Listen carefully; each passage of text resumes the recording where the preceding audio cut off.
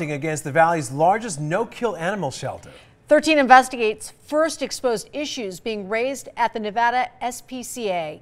Now former insiders are going to elected officials demanding change. And 13 Chief Investigator Darcy Spears updates her continuing coverage that's driving change right here in our community. Who among you would not take action? A call to arms issued to commissioners by a group of 6 former volunteers and employees of the NSPCA. They say it's time for conditions at the nonprofit shelter to change, and it's time for the county to demand transparency and accountability. Animals are voiceless and helpless. They deserve better.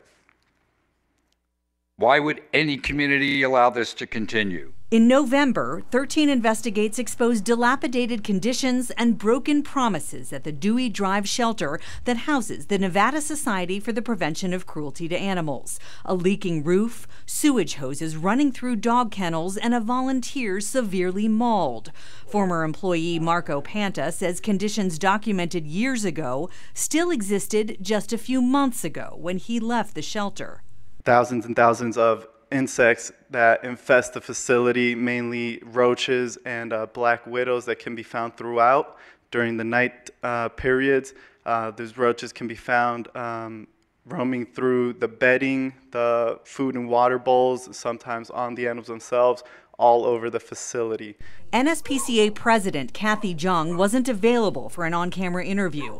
She told me over the phone that those conditions are a thing of the past and life for the shelter animals has vastly improved, though they know they still have a ways to go.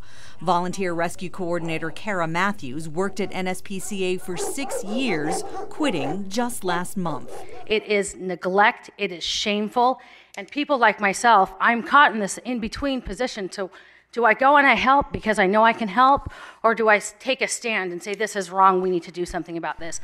Those who chose to take a stand today shared concerns not only about the animals, but also the money NSPCA takes in from fundraisers and donors for a new shelter that's been promised for years, but has yet to be built. They had approved plans and drawings that I was privy to almost 6 years ago.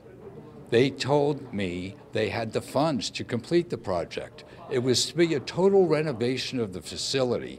Not only that, but of course, brand new housing for the animals. It never happened.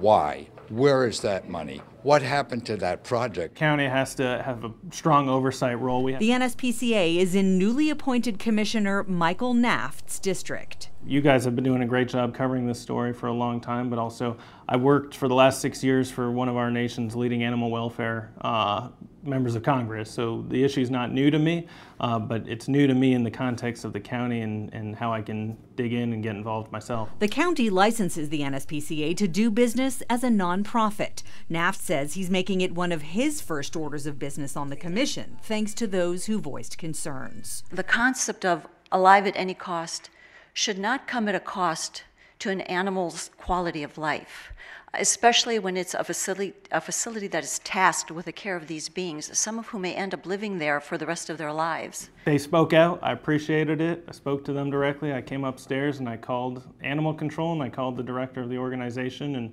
that's why, within a couple hours their voices are being turned into action. NSPCA President Kathy Jung emphasized to me that she and the current board are still cleaning up a mess from the previous director, but she says they're leaps and bounds ahead of where they were. She says formerly announced plans to break ground on a new shelter were premature, but they're actively working to make it happen. Darcy Spears, 13 Action News.